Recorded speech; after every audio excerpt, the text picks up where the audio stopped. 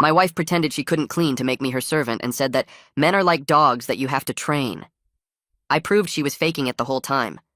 Me and my wife Tiffany had been married for 4 years and everything was pretty equal. We both worked full-time, split the bills, took turns cooking, and cleaned the house together every Saturday morning. It was a good system that worked for both of us.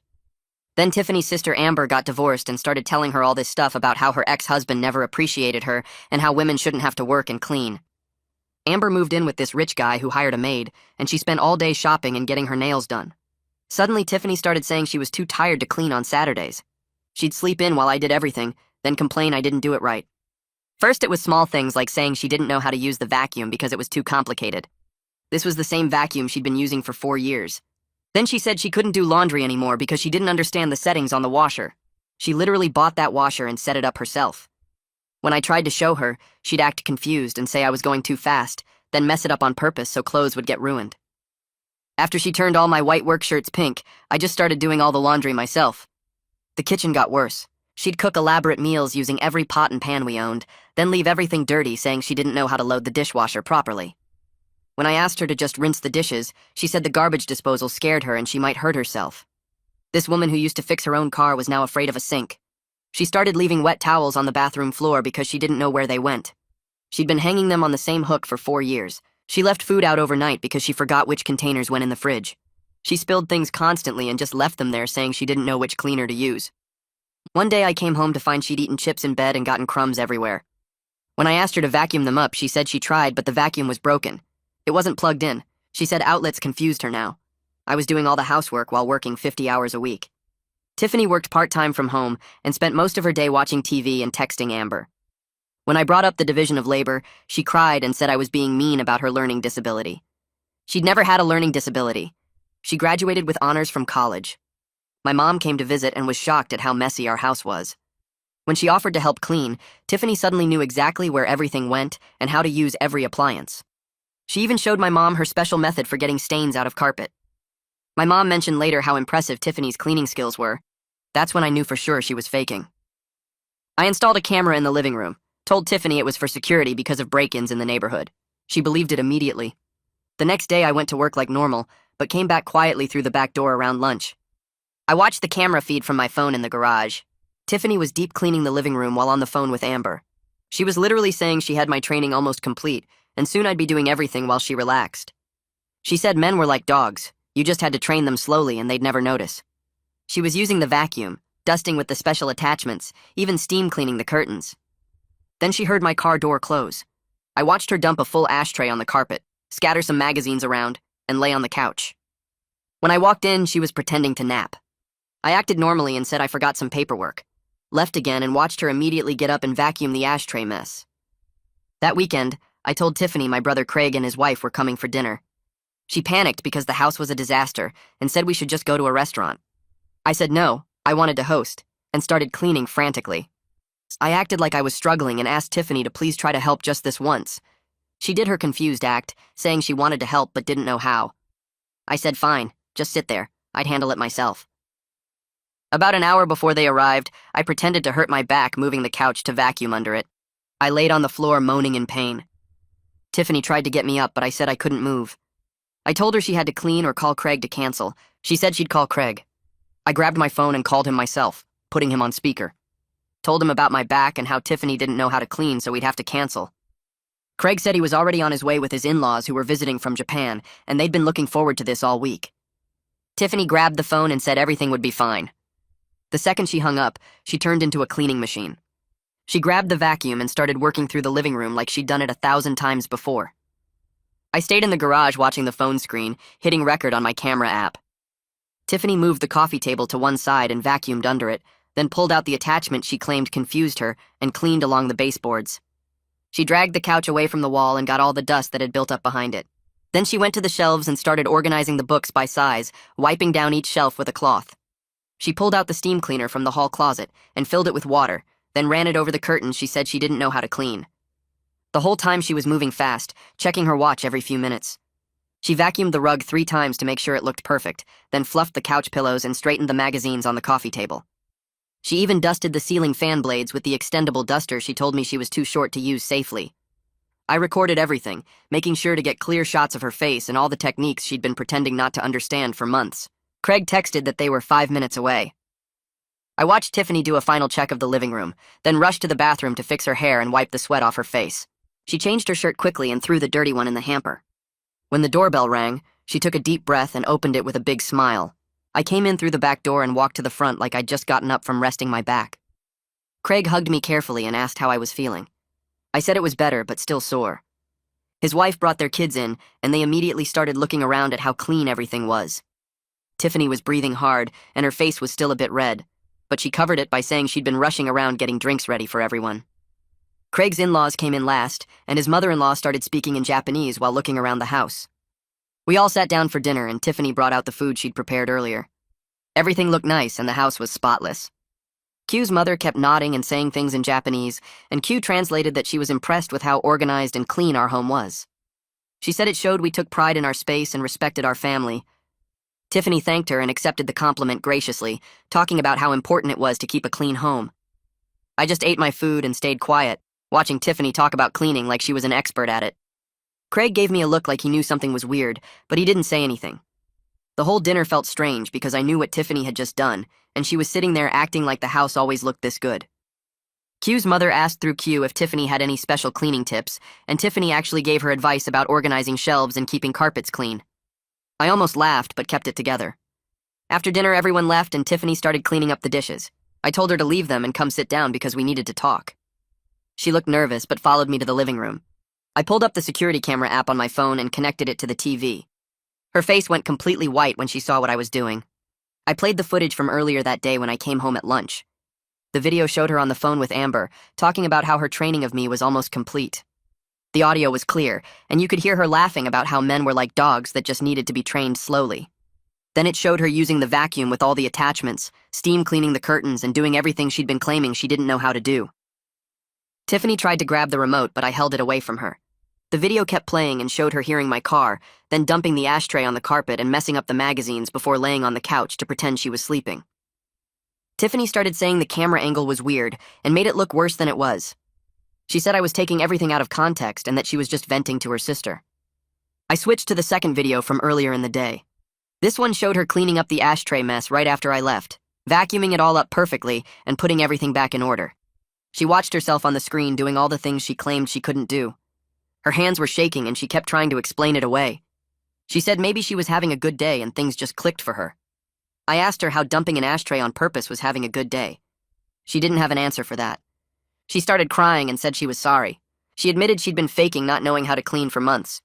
She said Amber convinced her she was doing too much work and that she deserved to have an easier life. Amber kept telling her that men needed to be trained to do housework or they'd never help around the house. She said it seemed to be working for Amber's new boyfriend who did everything while Amber relaxed. Tiffany said she didn't think it would hurt anyone if I just did a bit more of the cleaning.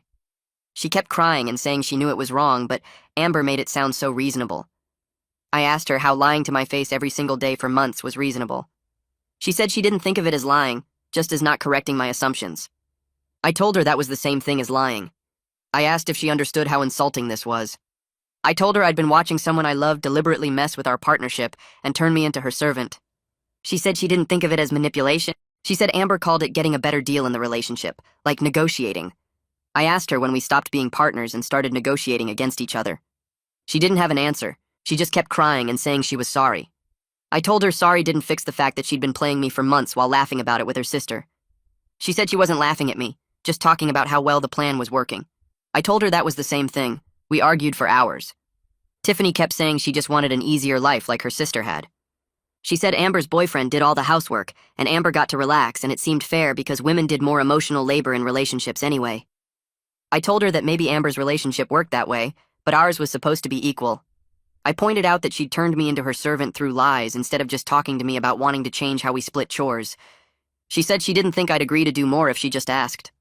I told her she never gave me the chance to say yes or no because she just started lying instead. She said she was scared I'd say no, and then she'd be stuck doing everything forever. I reminded her that we'd been splitting everything equally for 4 years before Amber got in her head. I told her I needed space and was going to sleep in the guest room. She got upset and asked me not to do that. She said we should talk it through and fix it tonight. I said there was nothing to fix tonight because I was too angry to think straight. She followed me to the guest room and stood in the doorway crying. She asked if I was going to leave her. I said I didn't know what I was going to do, but right now I needed to be alone. She finally left and I locked the door. I lay in bed staring at the ceiling, replaying every time she'd acted confused about the vacuum or scared of the garbage disposal. Every time she'd left towels on the floor or claimed she didn't know which cleaner to use. All those moments where I felt bad for her and tried to be patient while she pretended to be helpless. I barely slept, just kept thinking about how many times she'd lied straight to my face. The next morning, I got up early and got ready for work without talking to Tiffany. She tried to stop me in the hallway and said we needed to talk about this. I told her I had nothing to say right now. She started crying again and asking what she could do to fix it. I said I didn't know if she could fix it and I left for work. I got to the office an hour early just to avoid being home. My coworker noticed I looked terrible and asked if everything was okay.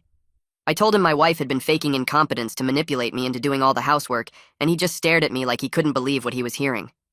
I told him everything. My coworker Kai sat across from me at the diner booth while I explained the whole thing. How Tiffany pretended she couldn't work the vacuum. How she claimed the garbage disposal scared her. How I caught her on camera talking to Amber about training me like a dog. Kai stopped eating halfway through and just stared at me. He said he couldn't believe someone would fake being helpless for months just to get out of chores. I told him it wasn't just about the chores anymore. It was the lying, the manipulation, the fact that she laughed about it with her sister while I did everything. Kai shook his head and said his ex-wife pulled similar stuff. She'd act like she didn't know how to do basic things until he just started doing them himself. He said once that kind of trust breaks, it's really hard to fix. You start questioning everything they say. Every time they claim they can't do something, you wonder if they're lying again. I asked him if that's why they got divorced. He said it was part of it. The bigger issue was that she never took responsibility. She just kept making excuses and blaming him for being too demanding. I finished my lunch but couldn't really taste it. Kai paid the check and told me to be careful. He said Tiffany doing one nice thing doesn't mean she's actually changed. When I got home that evening, I smelled food cooking. Tiffany was in the kitchen making dinner. The counters were clean. The dishes from breakfast were washed and put away. She'd even wiped down the stove. She smiled when she saw me and said dinner would be ready in 10 minutes. I didn't smile back. I asked her what she was doing. She said she wanted to show me she was serious about changing, that she could do her share without pretending to be confused. I sat down at the table and watched her finish cooking. She plated the food and brought it over. It looked good.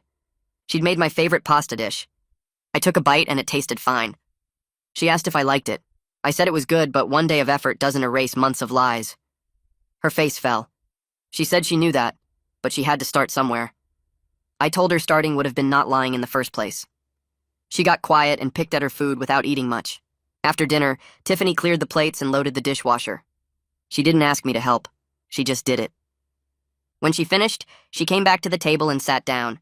She said she wanted to call Amber together so I could hear her side of things. I asked why I'd want to hear Amber's side. Tiffany said maybe if I understood where the advice came from, I'd see it wasn't as bad as I thought. I told her that sounded like she was still making excuses. She insisted she wasn't. She just thought it might help. I said fine. We could call Amber. Tiffany got her phone and put it on speaker. Amber answered on the second ring. Tiffany explained that I found out about the manipulation plan. Amber immediately got defensive. She said I was overreacting, that all women have to train their husbands a little bit, or men just don't do anything around the house. I could feel my jaw tighten. Tiffany looked uncomfortable but didn't say anything. I leaned toward the phone and said what Amber told Tiffany to do wasn't training. It was lying and manipulation. Amber's voice got sharp. She said men don't appreciate women's work anyway, so there's nothing wrong with using strategy to level things out. I asked her if she thought lying to your spouse was a strategy. She said it was about survival, that her ex-husband never lifted a finger, and she wasn't going to let that happen to Tiffany. I told her Tiffany and I had been splitting everything equally for 4 years before she started giving advice. Amber said that wouldn't have lasted, that men always stop helping once they get comfortable. I said she was projecting her bad marriage onto ours. She got mad and said I didn't know what I was talking about. Tiffany finally spoke up and asked Amber to calm down. Amber said she was calm, but I was being unfair. I reached over and ended the call. Tiffany sat there staring at the phone. I said her sister's influence had been really bad for our marriage. Tiffany nodded slowly. She said she got caught up in Amber's complaints about her ex, that Amber made it sound like all men were the same, that if Tiffany didn't start training me now, I'd turn into someone who never helped. I asked if she really believed that about me. She said no, not deep down. But Amber was so sure about everything. She made it sound smart, like Tiffany was being naive by trusting me to keep doing my share. I told her that was insulting to both of us. She started crying again and said she knew that now. That she'd started seeing problems in our relationship that weren't really there because Amber kept telling her they would show up eventually. Over the next few days, Tiffany did all the housework without me asking. She vacuumed. She did laundry. She cleaned the bathroom. She cooked and cleaned up after. She kept apologizing every time I came home. I appreciated that she was trying, but it didn't fix anything. I told her the issue wasn't about who does the chores. It was about the fact that she lied to my face for months while laughing about it with her sister. She said she understood, but didn't know what else to do besides show me through actions. I said actions were fine, but they didn't rebuild trust overnight. She looked sad, but nodded. I called Craig to tell him what happened. He got mad on my behalf. He said Q noticed something was weird during dinner, that Tiffany acted strange when Q's mom complimented the house. Now it made sense why. She'd just finished panic cleaning everything and was probably stressed about getting caught. Craig said he couldn't believe Tiffany would do something like that she always seemed reasonable. I said people change when they listen to the wrong advice. Craig asked if we were going to be okay. I said I didn't know yet. Tiffany's behavior started feeling fake. She was cleaning too much, doing things that didn't even need to be done. She'd reorganize cabinets that were already organized. She'd rewash dishes that were already clean. She agreed with everything I said even when I expected her to have a different opinion. It felt like another act. Like she was trying too hard to prove something, and it made me trust her less instead of more. I couldn't tell what was real anymore. Was she genuinely sorry, or just performing sorry because she got caught? I told her one night that her trying too hard was making things worse, that I couldn't tell what was real about her anymore. She broke down completely. She said she didn't know how to fix what she broke. That everything she did felt wrong, that she was scared I was going to leave her over this. I said I didn't know if I was going to leave, that I was still trying to figure out if we could get past this. She asked what she should do. I said I didn't have an answer, that maybe she should just be herself instead of performing whatever she thought I wanted to see. We sat down later that week and had a calmer talk. Tiffany explained that Amber made the manipulation sound harmless, like a life hack for marriage, something smart women did to make their lives easier. She said she realizes now how disrespectful it was, that it turned our equal partnership into something ugly where one person was trying to control the other.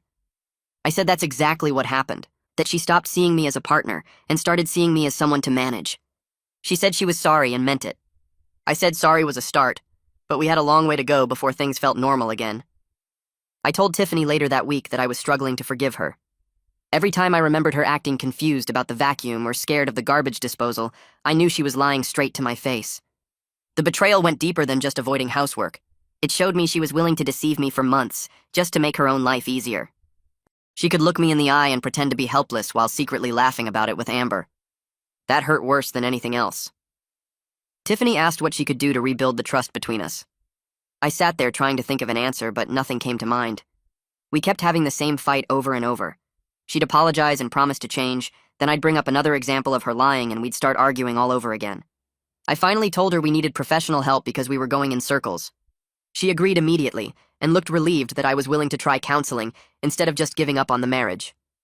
We found a counselor who had an opening the following week and scheduled an appointment. Tiffany seemed happy to have a concrete plan forward. I was just exhausted from carrying around all this anger and hurt. The emotional weight of the whole situation was crushing me. I couldn't sleep well.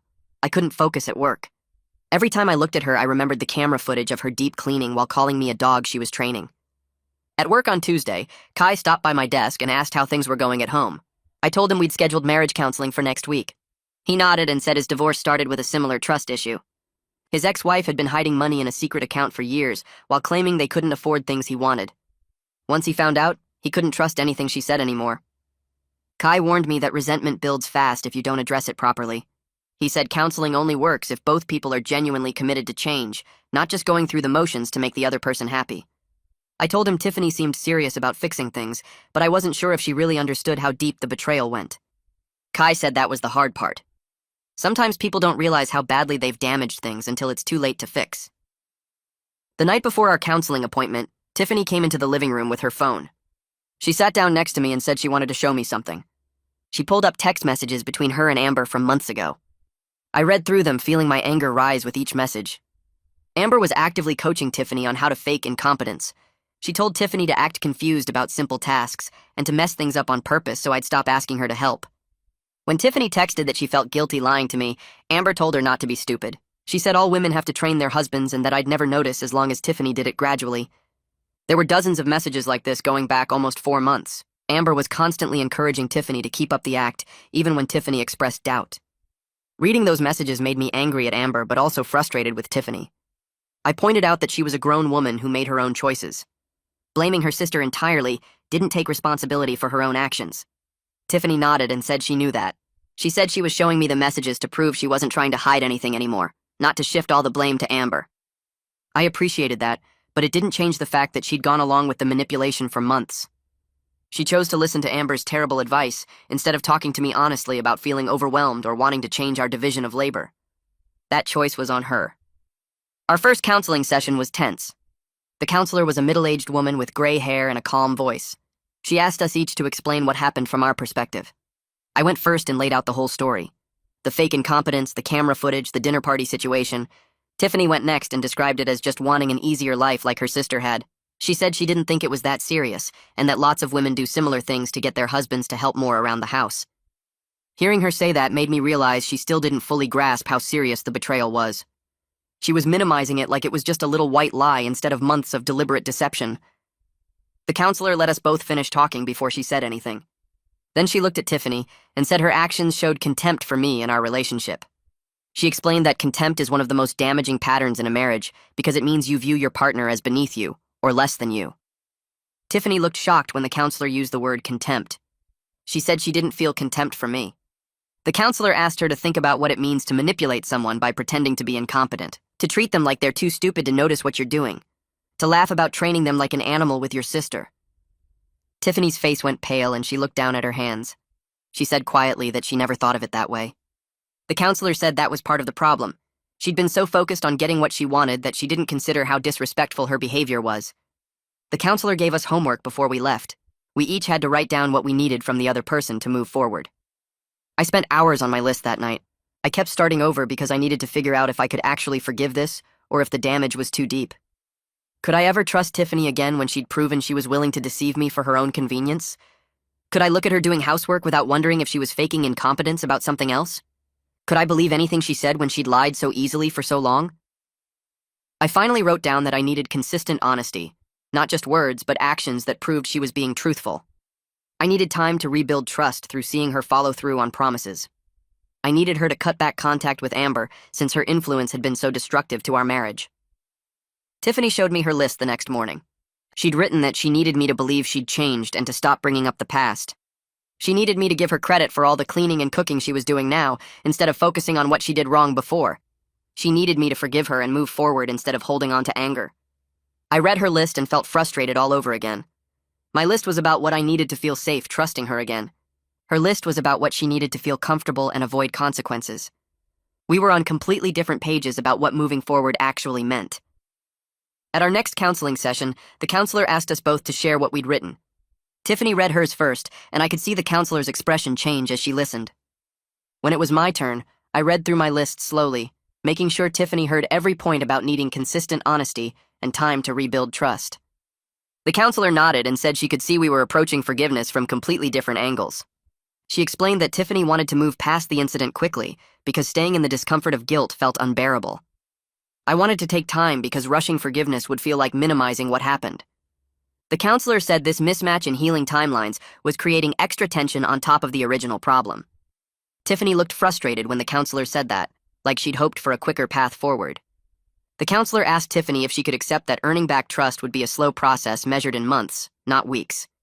Tiffany said yes, but I could tell she didn't like it.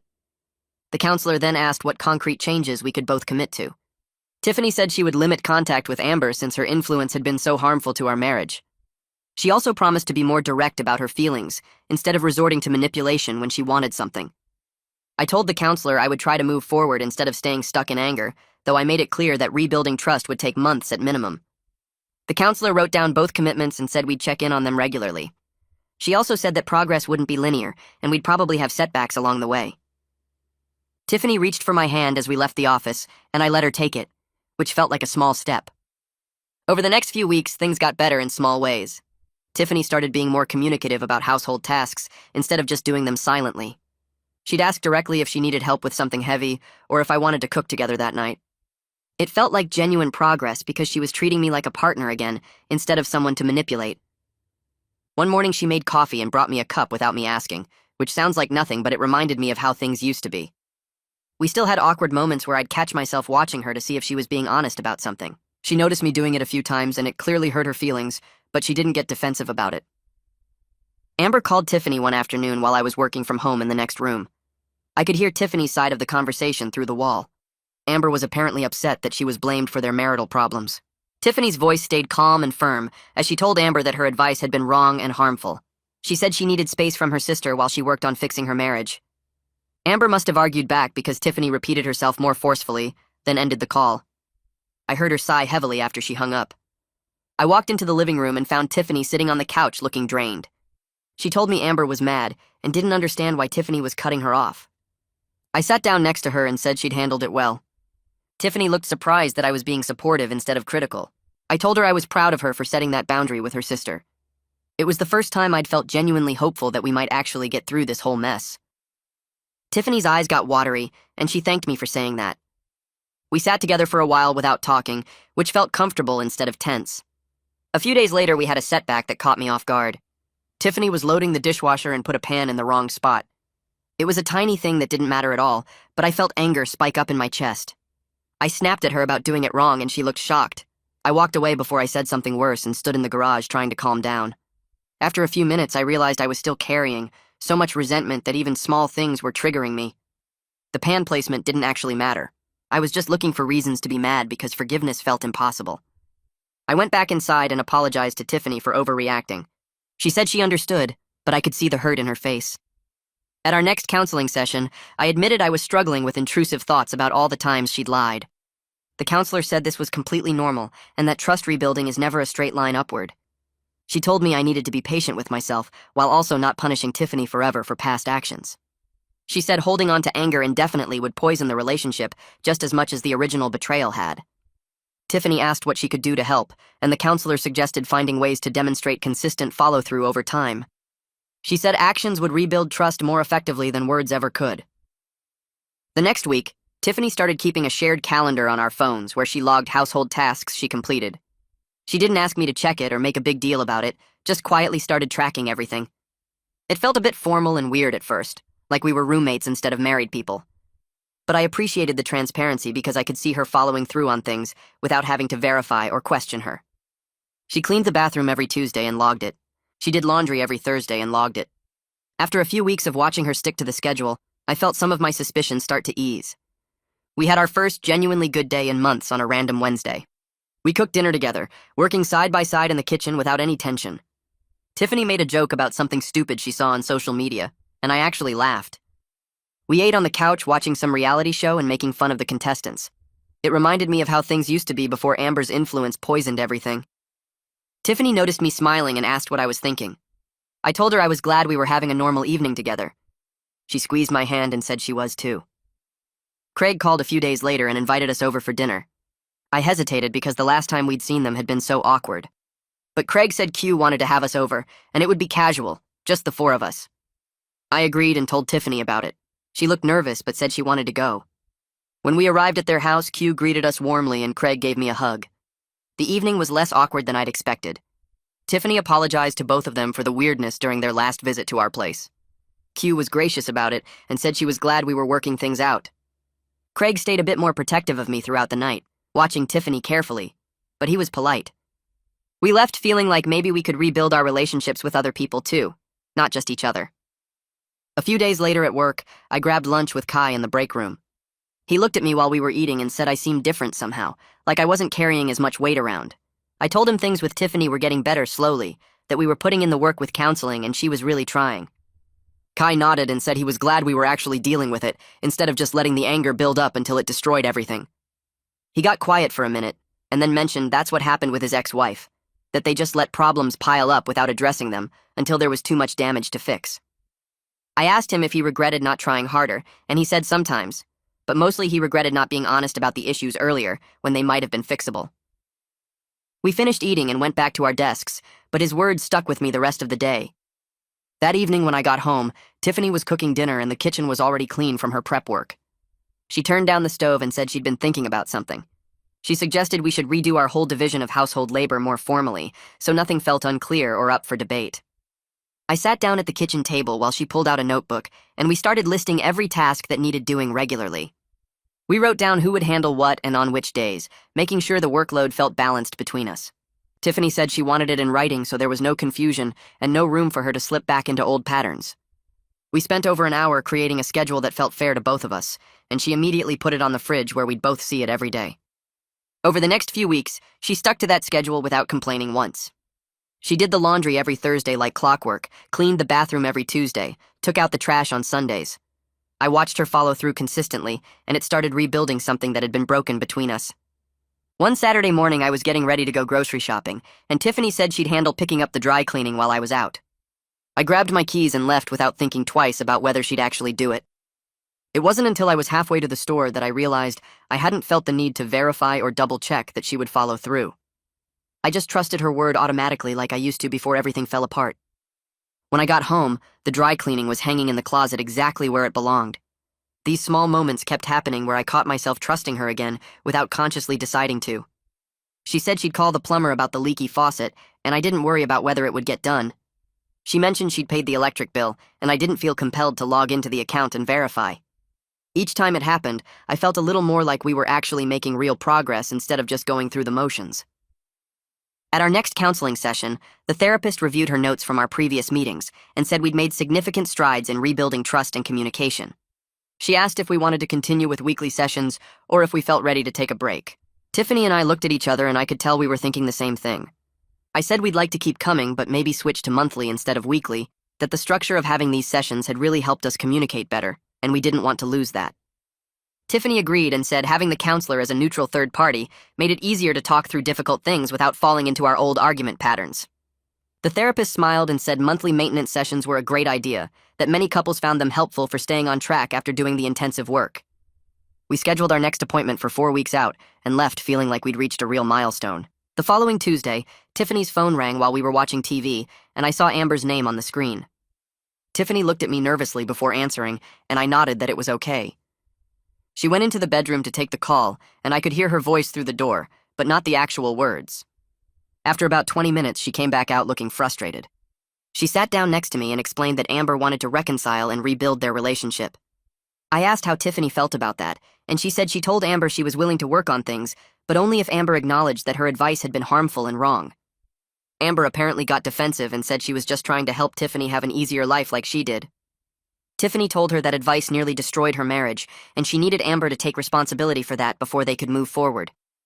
Amber said she didn't think she should have to apologize for Tiffany's choices, and they ended the call without resolving anything. Tiffany was quiet the rest of the evening, and I could tell she was upset about the situation with her sister. Before bed, she came and found me in the bathroom brushing my teeth. She said she was really sad about things with Amber, but that she was choosing our marriage over her sister's approval. She said Amber had been a huge part of her life for so long, but that toxic influence wasn't worth risking what we were rebuilding. I rinsed my mouth and turned to look at her, seeing how much that decision was costing her emotionally. I told her I was proud of her for setting that boundary, and that it showed she was taking full responsibility for her choices, instead of blaming everything on Amber's influence. She hugged me tight and I could feel her shaking a little bit. This felt like a major turning point, like she was finally choosing us over the easy path her sister represented. A few weeks later was our 5th wedding anniversary. We'd talked about going out to dinner somewhere nice, but decided we'd rather stay home and keep it quiet. Tiffany made my favorite meal, and we ate at the dining room table with candles lit. It felt significant that we'd made it through this crisis when a few months ago, I wasn't sure we would. After dinner, she handed me a card, and I could tell she'd spent a long time picking it out. Inside, she'd written a long message apologizing genuinely for what she'd put me through and promising to never take our partnership for granted again. She wrote that she understood how close she'd come to losing me, and that she'd spend however long it took proving she could be trusted. I read it twice and felt something shift inside me, like the anger I'd been holding on to was finally starting to let go. I looked up at Tiffany sitting across from me and told her I forgave her, and this time I actually meant it. The anger had faded into something more like sadness about all the time we'd lost to this situation, but I genuinely believed we were stronger for having worked through it instead of giving up. She started crying and reached across the table to hold my hand. We sat there for a while, not saying anything, just being together in a way that felt peaceful instead of tense. Later, we cleaned up the dishes together, and it felt normal again, like we'd finally found our way back to being partners instead of adversaries. Over the next few weeks, we started making plans for the future again, in a way we hadn't been able to during the worst of everything. We talked about taking a vacation somewhere warm next winter, maybe Hawaii or Mexico. Tiffany mentioned she'd been thinking about whether we wanted to start a family eventually, and asked how I felt about it. I said I wanted to make sure we were solid first, but that, yeah, I could see us having kids someday. These conversations felt hopeful, instead of weighted down with all the unresolved tension that had been hanging over us for months. We were actually looking forward instead of just trying to survive the present. The next time I saw Kai at work, he pulled me aside during our afternoon break. He said he was impressed we'd worked things out because most couples don't survive the kind of betrayal I'd described. I told him it took a lot of effort from both of us, and that professional help made a huge difference, but that our foundation was strong enough to rebuild on. Kai said his marriage didn't have that foundation to begin with, so when trust broke, there was nothing left to build from. I felt grateful that Tiffany and I had those 4 good years before everything went wrong, that we had something worth fighting for instead of just walking away. About a month after the anniversary, Tiffany started meeting up with her old college roommate Sarah for coffee every Wednesday morning.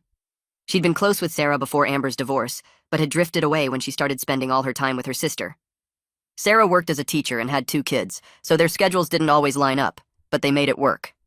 Tiffany came home from their first meetup looking lighter somehow, like she'd been carrying something heavy and finally put it down. She told me Sarah had asked where she'd been for the past year, and Tiffany admitted she'd gotten too wrapped up in Amber's problems. Sarah said she understood but missed hanging out, and they made plans to grab lunch the following week too. Over the next few weeks, Tiffany reconnected with a few other friends she'd been neglecting. She went to a birthday party for someone from her book club and came home talking about how much fun she had. She started texting with her friend from work more often, and they went shopping together one Saturday while I watched a game at home.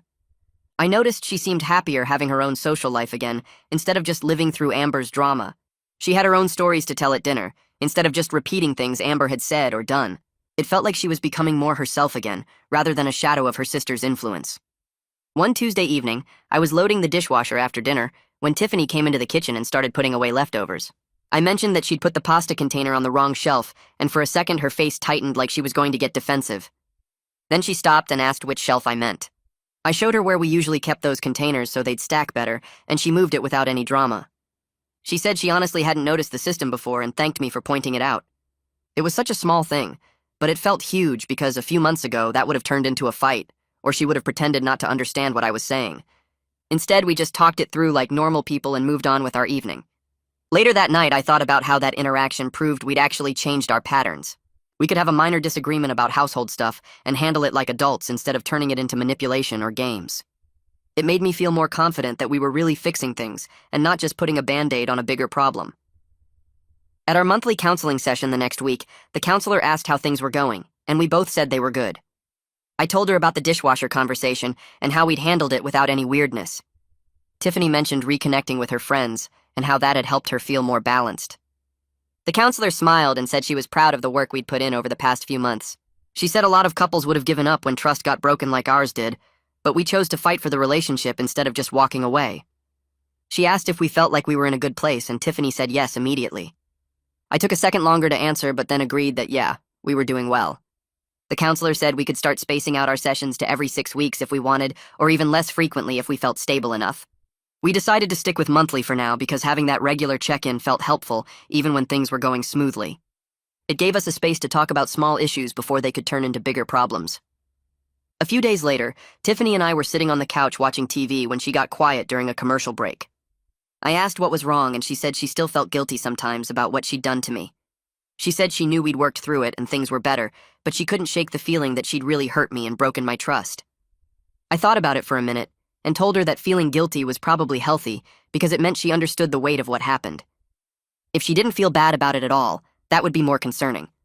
But I also told her she didn't need to carry that guilt forever like some kind of punishment. She'd apologized, we'd done the work to rebuild, and at some point she needed to forgive herself too. She nodded and wiped her eyes, then leaned against my shoulder. We sat like that for a while, not saying anything, just being together in a way that felt comfortable and safe.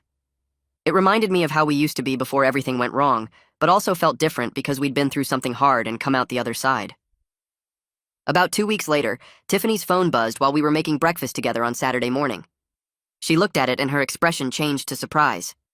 She showed me the screen, and it was a text from Amber saying she was sorry for the advice she'd given and that her divorce had made her bitter. Amber wrote that she'd been projecting her anger at her ex onto all men and had given Tiffany terrible advice as a result. She said she understood if Tiffany needed space, but wanted to apologize for her part in what happened. Tiffany looked at me and asked if I was okay with her responding and maybe cautiously rebuilding that relationship.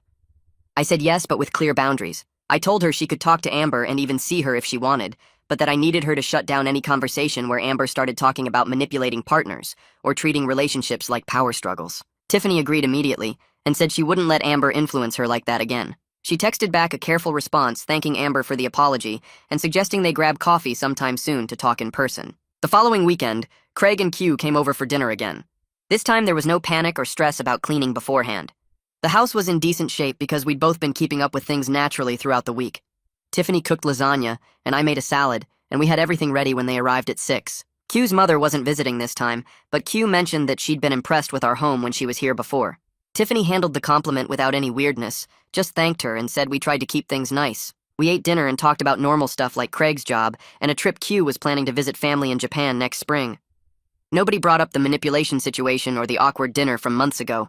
Everything just felt normal and happy, like we were two couples hanging out without any underlying tension. After they left, Tiffany and I cleaned up the dishes together, and she mentioned how nice it was to have people over without all the stress and drama from last time. I was driving home from work on a Wednesday afternoon a couple weeks later when I realized I hadn't thought about the manipulation incident in over a week. Maybe even longer than that. It used to be on my mind constantly, coming up whenever Tiffany did anything around the house or when I'd catch myself watching her to see if she was faking something. But lately it just wasn't there anymore, taking up space in my head. The fact that it was no longer constantly on my mind felt like a real sign that I'd genuinely healed from it. I wasn't holding on to anger or resentment anymore. I'd actually moved past it instead of just pretending to for the sake of the relationship. When I got home, I didn't mention this realization to Tiffany right away. I just sat with it for a while, noticing how much lighter I felt without that weight. That Saturday morning, Tiffany and I were having coffee on the back porch when she brought up what we'd learned from this whole experience. She said she'd been thinking about it a lot and realized that shortcuts and manipulation destroy trust even when they seem harmless at first. She said she'd thought she was being smart by following Amber's advice, but all she did was damage the best relationship she had. I told her I'd learned something too, which was that I needed to address problems directly instead of silently resenting them. If I'd spoken up earlier when things started feeling unequal, maybe we could have avoided months of problems. We talked about how we both made mistakes, but also how working through them had taught us to communicate better. It felt good to have that conversation without blame or defensiveness, just two people reflecting on how they'd grown. The next week, Tiffany came home from work excited about an idea she'd had. She wanted to plan a trip for next month, maybe somewhere warm since it was getting cold here. She pulled up her laptop and started showing me beach resorts in Florida and Mexico, talking about which ones looked nice and what we could do there. I felt myself getting excited too, looking at pictures of clear water and palm trees. The excitement felt pure and simple, not complicated by underlying tension or worry about whether we were really okay. We spent the evening researching flights and hotels, making plans like we used to before everything went wrong. Our partnership felt solid again in a way that was different from before, built on harder-won trust that we'd had to fight for, instead of just assuming it would always be there. Things are really good now between us. We both do our share around the house without keeping score or making it into a competition. Tiffany handles laundry, and I do most of the cooking, but we're flexible about switching if someone's tired or busy. We communicate honestly about problems instead of letting them build up or using manipulation to get our way. We're genuinely happy together in a way that feels earned rather than just lucky. The whole mess with Amber's advice almost destroyed us, and there were times I wasn't sure we'd make it through. But we chose to do the hard work of rebuilding instead of giving up, and that made our marriage stronger than it was before. We know now that we can survive something difficult and come out better on the other side. That knowledge makes everything feel more secure, like we've tested the foundation and found it solid enough to build on for years to come.